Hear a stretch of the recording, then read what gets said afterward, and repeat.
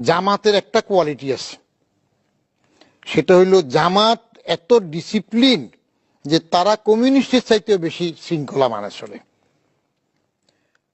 এক, আমি বায়তুল মুকাররমে বহু আগে জামাতের এক সমাবেশে আমার জানাশোনা একজনকে পাইলাম।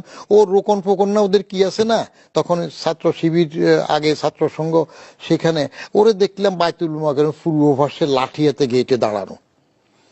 আমি বললাম যে কিরে বাবা, তুমি 5 ওয়াক্ত নামাজ পড়ো, এখন বায়তুল মুকাররমে জামাত হয়েছে, তুমি যাবে না নামাজ ফিলা? বলে যে আমার ডিউটি এখানে, আমাকে আরেকজন এসে রিলিফ দেবে, তোর ফরজে আমি নামাজ পড়ি। তো জামাত? বলে যে জামাত সবসময় ফরজ না। আমি এটা কি বললাম? বলে যে মক্কা শরীফে যখন জামাত হয় তখন যারা নিরাপত্তার দায়িত্বে থাকে, এদের পুলিশ টুলিশ, এরা কি নামাজ পড়ে নাকি? জামাত কি সবসময় ফরজ? ওই নিরাপত্তা রাখি অন্যকে নামাজ পড়তে দেওয়া, সেটাও একটা ফরজ।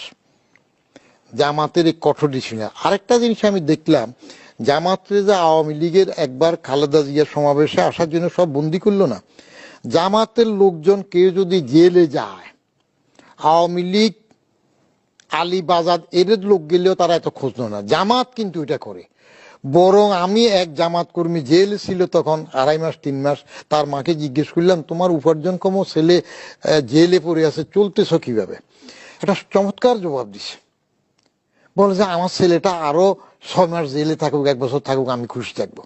কারণ কি? বলে যে ছেলে উপার্জন করলে যা খেতাম যা পেতাম, এখন তো তার থেকে বেশি সুযোগ সুবিধা পাচ্ছি। সবকিছু তারা তার জন্য পাঠাইতো। জামাতের নেতৃত্বের মধ্যে সততা আছে।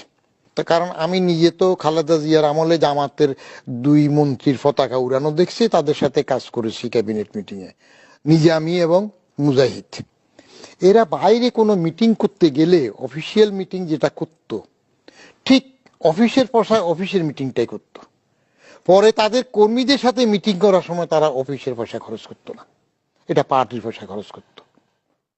কিন্তু আমাদের অন্য দলগুলা তো কর্মীর মিটিং করলেও, এটা করলেও সরকারি পয়সার থেকে সবটা করে।